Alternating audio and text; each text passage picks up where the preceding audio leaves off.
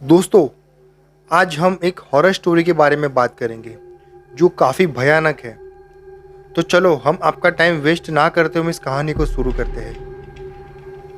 दहशत के पिटारे से एक डरावनी कहानी जिसे मौत का खेल कहना ही सही होगा। एक ऐसा भूतिया खेल जिसमें कहीं लोगों ने मौत को गले लगा लिया।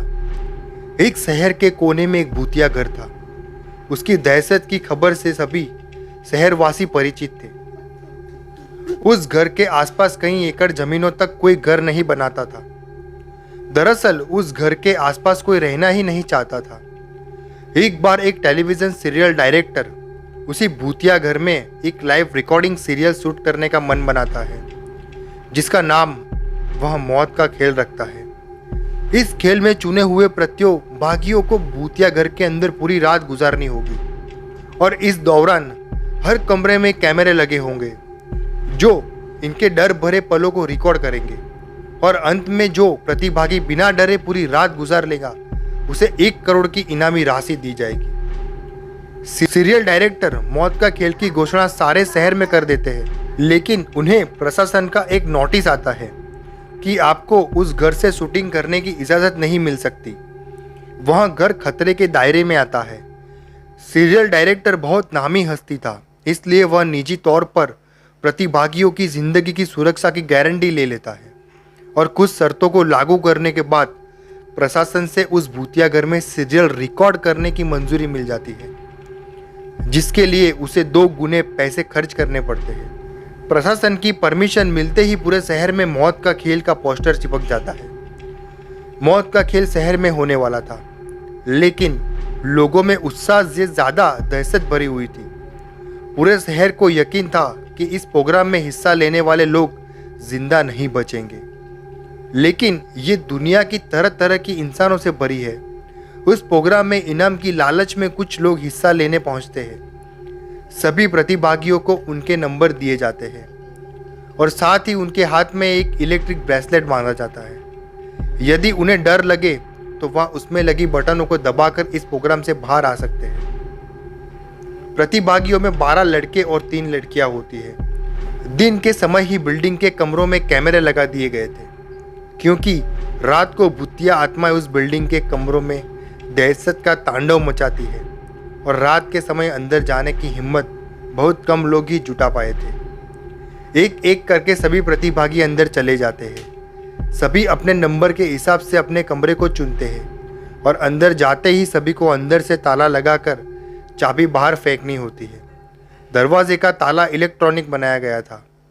उनके हाथ में लगे ब्रेसलेट के बटन दबाते ही वह ताला खुल जाता था, लेकिन यह बात उन्हें बताई नहीं गई थी। अगर किसी प्रतिभागी ने वह ताला खोला तो प्रतिभागी प्रतियोगिता से बाहर हो जाएंगे, जो कि कैमरे की रिकॉर्डिंग में दिखाई देगा। सभी के कैमरे में निर्देश देने के लिए स्पीकर लगाए गए थे। उसी से सभी को संकेत दिया जाता था कि सभी जल्द से जल्द अपने कमरे का ताला बंद करके चाबी दरवाजे के नीचे से बाहर फेंके और इसके बाद कमरे की लाइट बंद की जाएगी। निर्देशों के अनुसार सभी अपने कमरे को अंदर से बंद कर देते हैं और चाबियां दरवाजे के नीचे से फेंक देते हैं। कैमरे नाइट मोड रिकॉर्डिंग के अनुरूप लगाए गए थे, इसलिए भले ही प्रतिभागियों को कैमरे में अंधेरा हो, लेकिन दर्शकों को टेलीविजन स्क्रीन में सब कुछ नजर आ रहा होता है। धीरे धीरे डर की दस्तक हो जाती है। प्रतिभागियों में से एक लड़की अचानक अपने कमरे में चीखने लगती है। उसे ऐसा लगता है कि कोई उसका गला दबा रहा है और वह छटपटाने लगती है। कुछ ही देर में वह डर से बेहोश हो जाती है।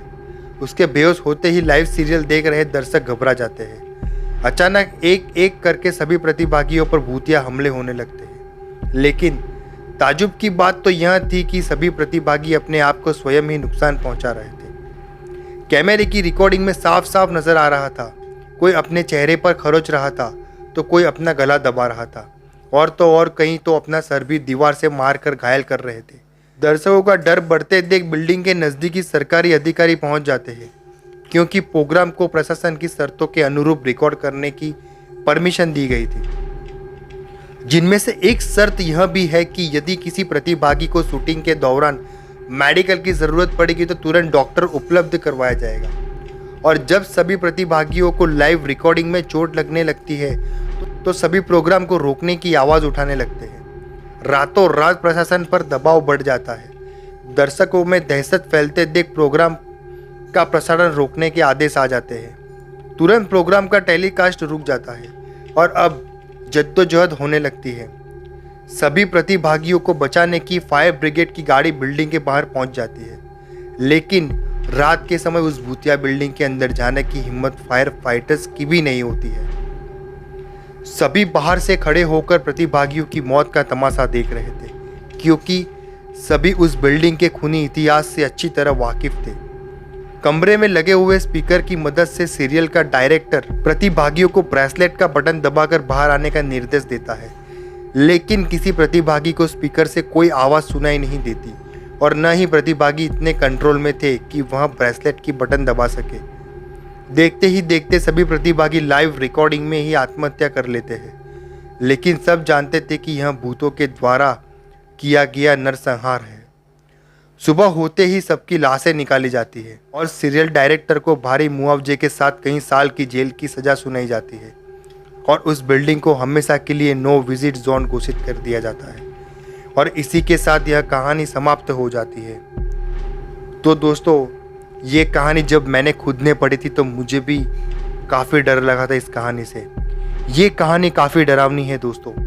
अगर आपको भी ये कहानी अगर डरावनी लगी, भयानक लगी, तो हमें कमेंट करके बताइए। और आपको वीडियो अच्छी लगी तो वीडियो को लाइक करें और हमारे चैनल को सब्सक्राइब करना ना भूलें दोस्तों। तो मिलते हैं हम नेक्स्ट वीडियो में। जय हिंद, वंदे मातरम।